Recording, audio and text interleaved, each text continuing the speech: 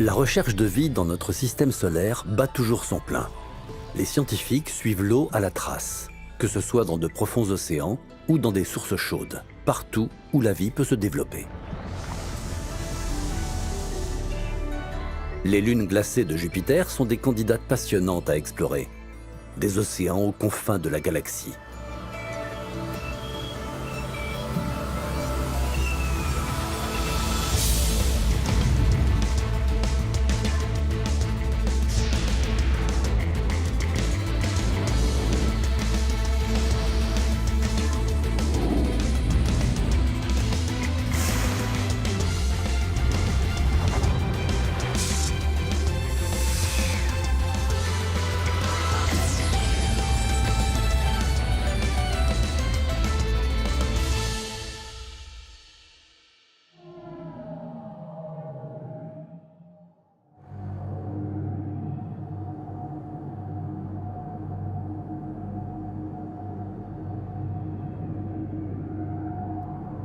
Les trois principales candidates se trouvent en orbite autour de Jupiter. Ganymède, la plus grande lune du système solaire. Callisto, qu'on a cru morte et qui pourrait abriter un océan salé. Et Europe, une lune active dont les panaches d'eau s'élancent vers l'espace.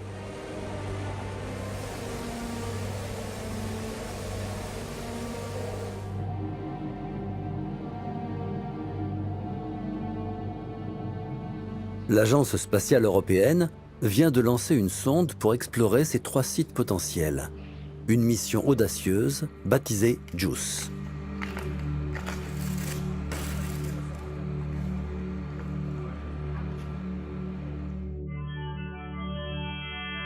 JUICE est l'acronyme anglais d'explorateur des lunes glacées de Jupiter. C'est la première mission d'envergure du programme Cosmic Vision de l'Agence spatiale européenne. Elle vise à étudier le système de Jupiter et trois des satellites galiléens, les trois lunes glacées que sont Europe, Ganymède et Callisto. Cette mission a une importance toute particulière pour l'industrie européenne, car c'est la première fois que l'Europe va visiter Jupiter. Nous sommes donc aux côtés de l'Agence spatiale européenne, mais aussi des chercheurs, dans leurs efforts pour atteindre et explorer Jupiter ainsi que ses lunes. Les objectifs scientifiques de JUICE sont multiples. L'homme s'est toujours demandé s'il était seul dans l'univers, s'il y avait de la vie en dehors de la Terre. Pour pouvoir répondre à ces interrogations, on doit d'abord trouver des réponses à une autre question, avant de chercher des traces de vie, à savoir s'il existe des environnements dans lesquels la vie peut se développer. C'est l'un des principaux objectifs de JUICE que d'étudier si dans ces environnements, dans ces océans d'Europe et de Ganymède, les conditions sont réunies pour que la vie se développe. Les missions précédentes nous ont montré que certaines de ces conditions sont réunies. Avec JUICE, nous allons pousser les recherches encore plus loin pour nous assurer que toutes les conditions sont bien là. Parmi ces conditions, on a l'eau. On sait qu'il y a de l'eau liquide sur la planète. De même, elle bénéficie d'une source d'énergie, donc on a de l'énergie. Les composés chimiques nécessaires au développement de la vie, telle que nous la connaissons, basés sur le carbone, sont aussi présents. En outre, on a un environnement protégé, stable, car il se trouve sous la croûte des lunes. Une fois ces quatre éléments réunis, il y a une forte probabilité pour que la vie puisse se développer en dehors de la Terre. L'autre objectif de JUICE est d'étudier le système de Jupiter dans son ensemble, comme un système solaire miniature. On a une géante gazeuse autour de laquelle gravitent des corps en orbite. L'étude des interactions entre cette géante gazeuse et ses corps célestes nous permettra de mieux comprendre l'évolution de notre système solaire, sa naissance, son fonctionnement et bien plus encore. JUICE est une mission vraiment passionnante qui vise à étudier Jupiter en détail. On cherche notamment à découvrir s'il peut y avoir des conditions favorables à la vie autour d'une géante gazeuse comme Jupiter. On va se concentrer sur 3 de ces lunes glacées, Europe, Ganymède et Callisto. On aimerait savoir si ces lunes présentent des conditions intéressantes pour le développement de la vie. On va donc étudier en particulier les eaux liquides contenues sous la croûte de ces lunes. Par le passé, d'autres missions ont déjà étudié le système de Jupiter. Galileo, par exemple, nous a fourni des données importantes pour mettre au point la mission JUICE. La mission Cassini a également croisé l'orbite de Jupiter et nous a rapporté un tas d'informations. En outre, les observations depuis la Terre nous ont aussi été très utiles. Les images de Hubble nous ont donné à leur tour quantité d'informations précieuses pour développer JUICE et son architecture, pour savoir ce qu'on allait étudier. JUICE compte au total 10 instruments de mesure pour observer Jupiter et ses lunes dans toutes les longueurs d'onde et sous tous les aspects possibles. On a plusieurs télescopes dans toutes les longueurs d'onde visibles, en infrarouge, en ultraviolet. On a un radiomètre pour analyser l'atmosphère, la structure des vents de Jupiter et de ses lunes, et des capteurs électriques et magnétiques. Certains seront déployés à l'extrémité de la flèche du magnétomètre. Le RIM est cette grande antenne que l'on voit derrière nous. C'est une antenne radar qui fonctionne sur une longueur d'onde très basse, à 9 MHz. Pour cela, il faut une antenne conséquente. Elle permettra de sonder très profondément la surface de la structure interne d'Europe, de Callisto et de Ganymède. Le but est de localiser les océans d'eau liquide qui se trouvent sous la croûte gelée de ces lunes. Aujourd'hui, on ne sait pas encore à quelle profondeur il faut aller pour les trouver. Cette antenne nous permettra de connaître leur profondeur. Pour l'instant, la phase scientifique nominale est prévue pour durer 4 ans. Au cours de ces 4 années, JUICE aura le temps de mener toutes ses recherches. Elle passera par Europe et Callisto avant d'aller étudier en détail Ganymède, autour de laquelle elle restera en orbite durant une bonne partie de sa révolution autour de Jupiter.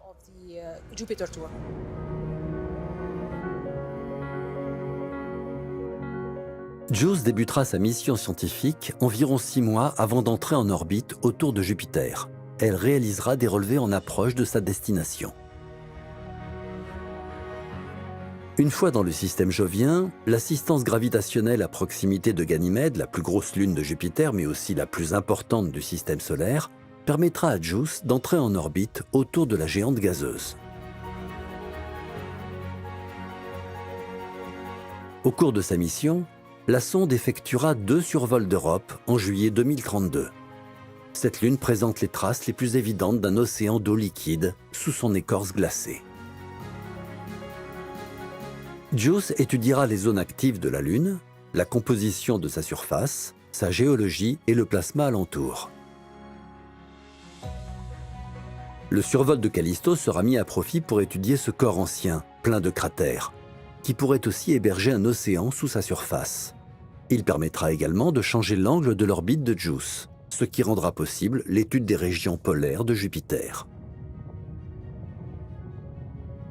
Maintenant que la sonde est entièrement assemblée, elle doit subir des essais en vol minutieux pour garantir sa résistance, car la magnétosphère de Jupiter contient de puissantes radiations qui représentent un danger pour les satellites. C'est une étape importante. La sonde est maintenant complètement assemblée. Elle est prête. La totalité des instruments ont été livrés, ils sont là. Tout comme les éléments de la plateforme, l'antenne est en place. L'engin est prêt pour la campagne de test pour vérifier que tout fonctionne comme prévu, avec les performances attendues. On est à 1 an du lancement. C'est un événement majeur pour la sonde. Elle est enfin assemblée et on va pouvoir passer à la phase de test. On débute par des tests de compatibilité électromagnétique, l'objectif étant de vérifier que les niveaux de perturbation électromagnétique émis par la sonde sont suffisamment bas. La plupart des instruments de JUICE serviront à mesurer les champs magnétiques et électriques de Jupiter. Il ne faudrait pas que la sonde soit une source de perturbation. Ensuite, nous réaliserons une série de tests mécaniques au cours de l'été. Ils visent à garantir la résistance de la sonde aux contraintes du lancement imposées par Ariane 5 lors de son départ pour Jupiter. Évidemment, la sonde JUICE, que l'on voit juste derrière moi, va être envoyée dans l'espace. Et contrairement à un avion, on ne pourra pas réparer une éventuelle faille après quelques heures de vol. On doit donc être certain, avant le lancement, que tout fonctionne correctement, comme prévu. Ensuite, on mènera des tests complémentaires comme les tests de vibration, notamment avec les panneaux solaires. On réalisera aussi des tests de compatibilité électromagnétique pour s'assurer que l'engin n'émet pas trop d'ondes électromagnétiques, ce qui est très important pour le volet scientifique de la mission. Puis viendront des tests de communication entre la sonde et l'équipe de contrôle de vol du Centre des opérations spatiales. Tous ces tests auront lieu dans les 10 mois. Après cela, on espère que la sonde sera déclarée apte au lancement. Alors, elle sera transportée vers la base de lancement française à Kourou, en Guyane. Reproduire l'environnement de l'espace sur Terre n'est pas chose aisée. Le STEC, le centre d'essai de l'Agence spatiale européenne, dans les Pays-Bas, dispose d'un simulateur spatial capable de reconstituer le vide de l'espace et de simuler les températures extrêmes, froides ou chaudes, de l'espace lointain. C'est la plus grande enceinte à vide d'Europe. Ses panneaux intérieurs, remplis d'azote liquide, sont utilisés pour refroidir l'espace à environ moins 180 degrés Celsius. Pour les tests de chaleur extrême, des lampes permettent d'élever la température jusqu'à 250 degrés Celsius.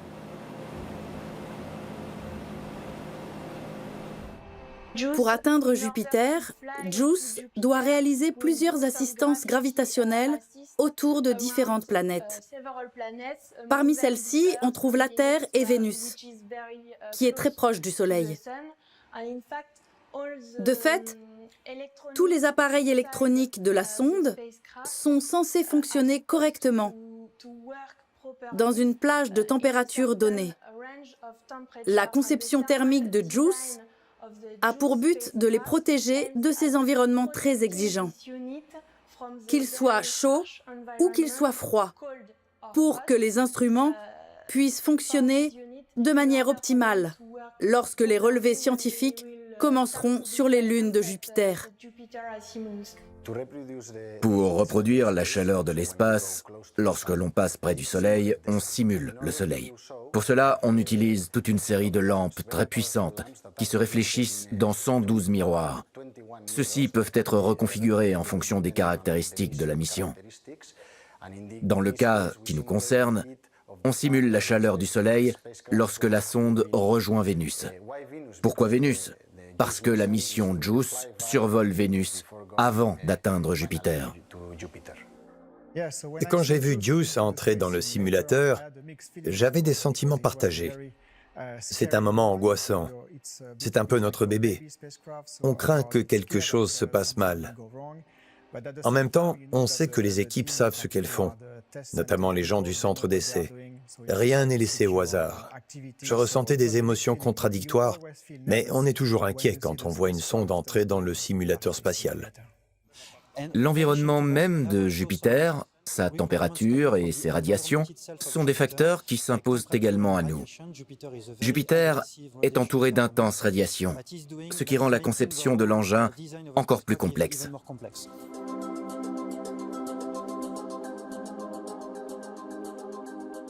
Jupiter possède la magnétosphère la plus importante du système solaire. Elle est 18 000 fois plus puissante que celle de la Terre. Combiné avec le dioxyde de soufre éjecté par la Lune Io, l'espace proche de Jupiter est saturé de plasma. Sa magnétosphère capture et accélère les particules, formant un puissant champ de radiation des milliers de fois plus intense que la ceinture de Van Allen pour la Terre. C'est donc un environnement à haut risque pour un engin spatial et pour d'éventuels humains.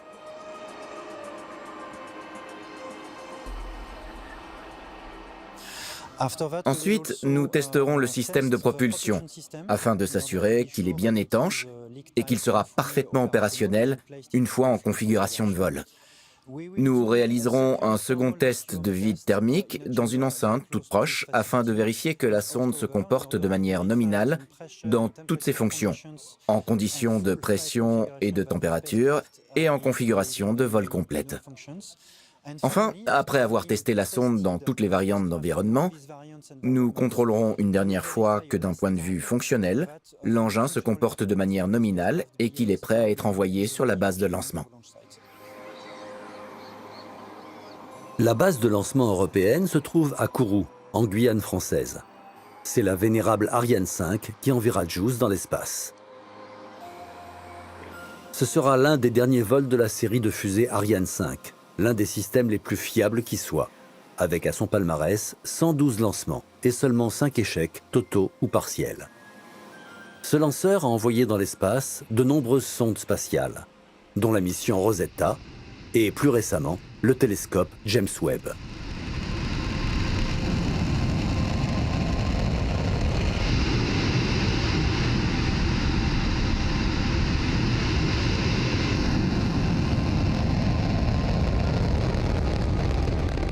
Il sera bientôt remplacé par le lanceur lourd Ariane 6. JUICE a été lancé en 2023. Pour des questions de mécanique céleste, on avait une fenêtre de lancement de 3 semaines, à partir du 5 avril. Et finalement, elle a décollé le 14 avril. Avant d'être envoyée sur son orbite de transfert vers Jupiter, la sonde devra gagner de la vitesse. Un certain nombre d'assistances gravitationnelles autour des planètes intérieures du système solaire seront donc nécessaires. La double assistance gravitationnelle à proximité de la Lune puis de la Terre était une première. JUICE bénéficiera ensuite de l'assistance gravitationnelle de Vénus, puis repassera 2 fois au-dessus de la Terre avant d'être envoyé vers son orbite d'insertion autour de Jupiter pour 2 ans. Au total, il nous faudra environ 8 ans pour atteindre Jupiter.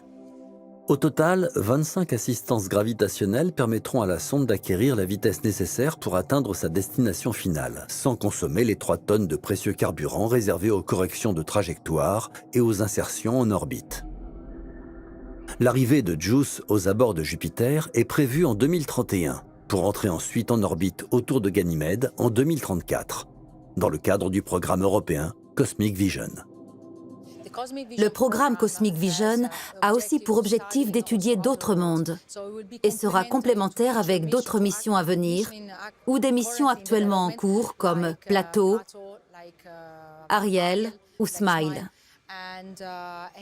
Il sera également complété par des missions futures que nous prévoyons pour l'étude de Vénus, par Athéna par exemple, pour l'observation de l'univers, ou LISA pour l'étude des ondes gravitationnelles. Ces missions complémentaires nous permettront d'obtenir des données globales et complètes d'astronomie et de planétologie. Tout cela s'inscrit dans l'impulsion que le programme Cosmic Vision cherche à transmettre à la communauté scientifique et au public en général.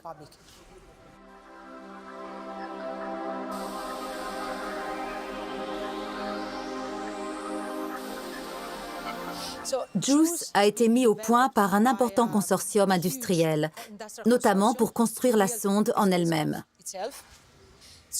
Airbus France est le principal entrepreneur, ayant contribué à sa construction. Au total, 95% des entreprises sont européennes, ce qui représente plus d'une centaine d'entreprises. Et environ 5% de la contribution vient des États-Unis. JUICE emporte à son bord une charge utile de 10 instruments de mesure. Ceux-ci ont été fournis par les principaux organismes de financement que sont les agences spatiales. Parmi eux, on compte le Centre national d'études spatiales français, les agences spatiales italiennes, allemandes, britanniques et suédoises. La NASA contribue également en fournissant, entre autres, des instruments de mesure et les agences spatiales japonaises et israéliennes sont elles aussi partie prenante du projet. Chaque consortium scientifique qui compose les différentes parties du projet est établi par diverses institutions à travers l'Europe. Donc, on bénéficie aussi d'une petite contribution de l'Autriche, de la Belgique. C'est une collaboration à l'échelle de toute l'Europe.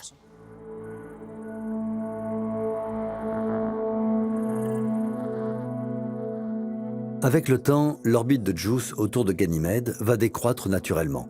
La sonde finira par ne plus avoir assez de carburant pour s'y maintenir et terminera sa course en s'écrasant sur la surface de celle-ci fin 2035.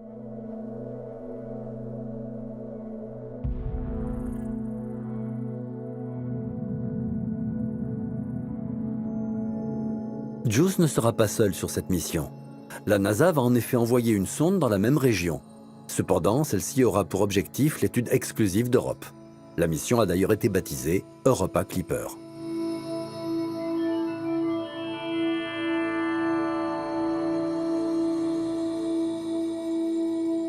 Programmée pour être lancée 2 ans après JUICE, Europa Clipper s'élèvera grâce au lanceur lourd Falcon de SpaceX.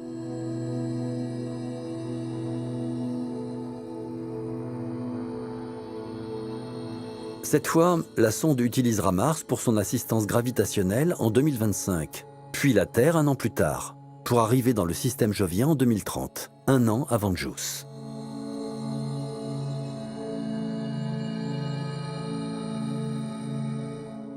À cause des fortes radiations environnantes, Clipper ne restera pas en orbite autour d'Europe, mais de Jupiter, et réalisera plusieurs passages au-dessus de sa Lune, 44 durant les 3 ans et demi que durera la mission.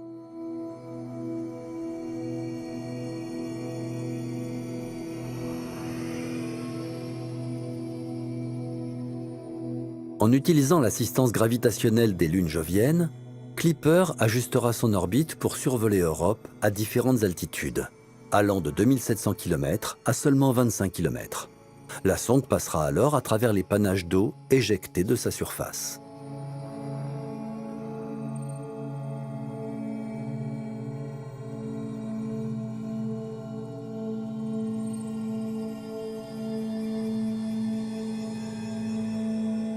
Elle embarquera 9 instruments de mesure, dont des instruments d'imagerie thermique et radar, un spectroscope ultraviolet et un analyseur de poussière de surface.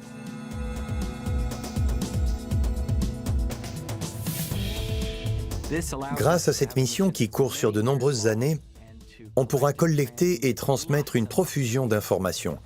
Comme l'orbite d'Europe autour de Jupiter est excentrique, il sera possible de mesurer les modifications gravitationnelles d'Europe lorsqu'on la croisera en différents points de son orbite. Lors d'un passage standard, on va mettre en marche nos instruments de télédétection, prendre des clichés de la surface, l'analyser au spectrographe et refaire la même chose en nous éloignant. On va répéter l'opération à chaque passage jusqu'à connaître Europe dans son ensemble. Une fois que nous aurons déterminé si Europe et Ganymède sont propices à la vie, alors d'autres missions pourront être envoyées pour étudier plus en détail si elles hébergent effectivement des formes de vie à l'aide de véhicules d'exploration, des rovers ou au cours de missions de retour d'échantillons. Le programme Cosmic Vision se veut aussi être une source d'inspiration pour les missions futures. On pourrait par exemple envisager une mission de retour d'échantillons sur les lunes glacées de Jupiter.